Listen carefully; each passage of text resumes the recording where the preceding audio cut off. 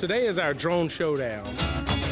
We're so excited to welcome all of our students from Memphis-Shelby County Schools, grades middle and high school, to expose our students to future careers in aviation, possible opportunities in real estate, even agriculture.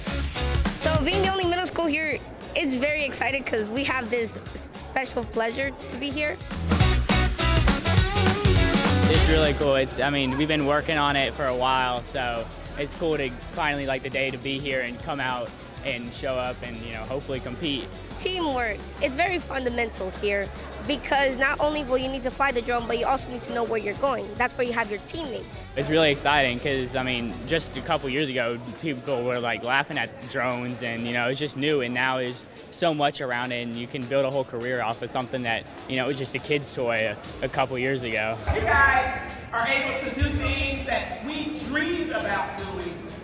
Please take this serious. This could be your next job. And it's so exciting because many times our students can only be what they can see. It's very cool. I recommend people to come to STEM and everything to just experience this excitement.